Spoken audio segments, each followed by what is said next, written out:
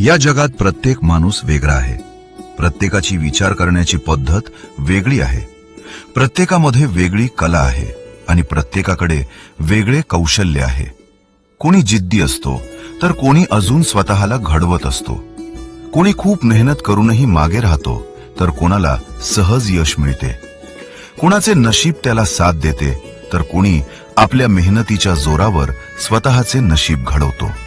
म्हणून दुसऱ्यांच्या यशाकडे पाहून स्वतःला कमी समजू नका. प्रत्येकाची वेळ वेगळी असते आणि प्रत्येकाचा प्रवासही वेगळा असतो.